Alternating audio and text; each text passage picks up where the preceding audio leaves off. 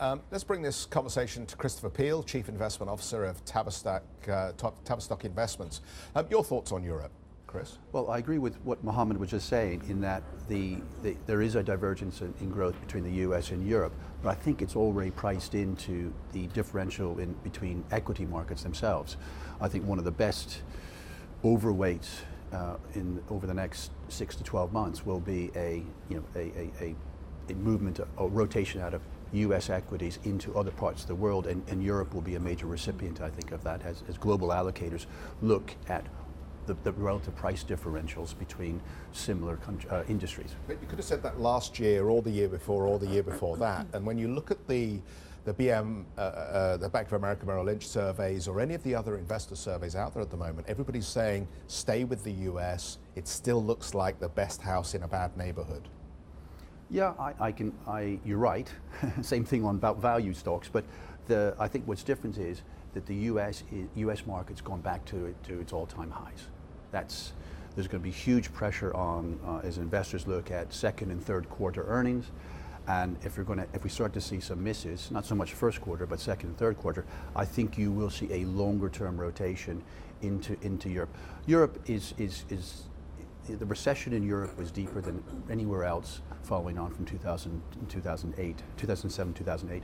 So I think the recovery has been elongated, but I think, the ECB with interest rates on hold, the equity market valuations are very, very attractive. Same thing in the UK, but that's a little bit more of a dangerous trade because of Brexit. But I think the relative differential between the US and Europe is virtually fully priced in.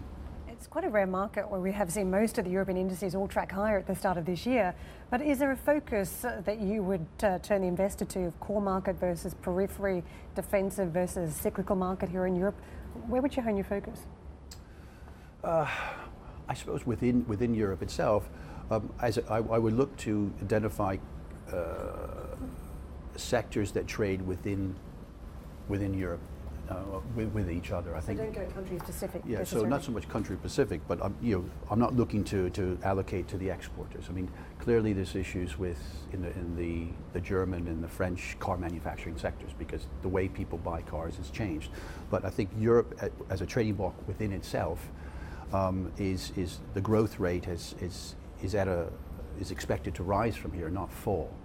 I think even the IMF revisions were, yes, growth will be weak this year, will be slower than expected this year, but is looking to slowly increase as we go forward. And I think that is fully priced into current valuations. These themes, though, impact the overall performance of a country. If you look at the German story, you mentioned the weakness in autos, it's impacted the DAX, say, relative to some of the other markets. And we've seen this big rush into defensives, food and beverage this year that has been really supportive for the Swiss market. So do you expect these type of themes, though, to continue where the sector level does impact the country level? Yeah, I think so. But I think a lot of the money that will be coming in through global allocators like myself, where I'm not really a stock picker. I'm buying holistically an ETF that tracks the whole region or a subset of the region. So I think there'll be less company specific and more geographic specific. And I'm just playing a U.S. Europe, long-term valuation mismatch. So what unlocks, we talked about this money sort of waiting to come into Europe. I run European funds, so I'm always interested in that.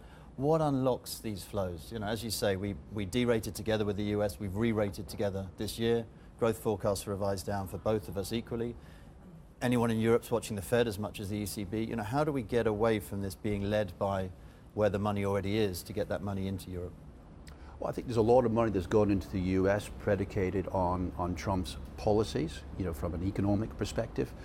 He's now into his third year of a 4-year term, so one historically wouldn't want to fight that trend. You don't want to necessarily be taking your foot off the pedal, when he's running for re-election. But history suggests as you get toward the back end of the third year, entering the final year of the term, then that's where you get equity market rotation.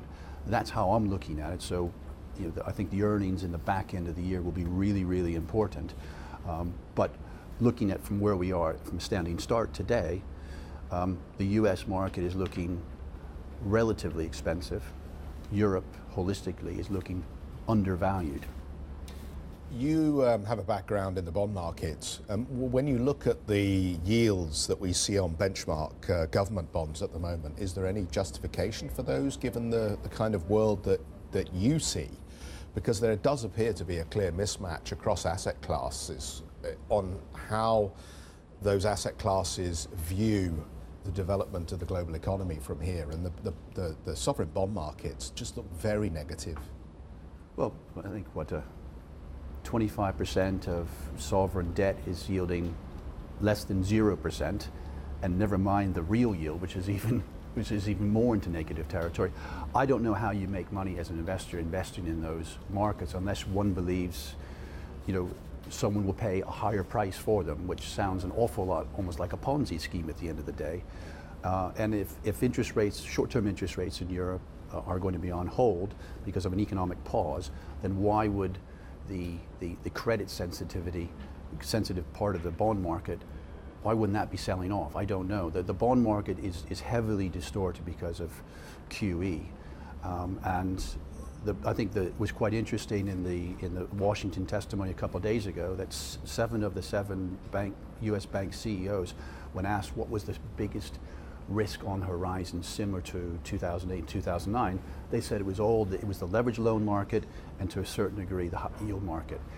The financial system has not been tested on a repricing of the bond market post the regulations that went into effect post 2008 to reduce bank balance sheet or bank exposure to the bond market. So that's when I look at what's the biggest risk out there.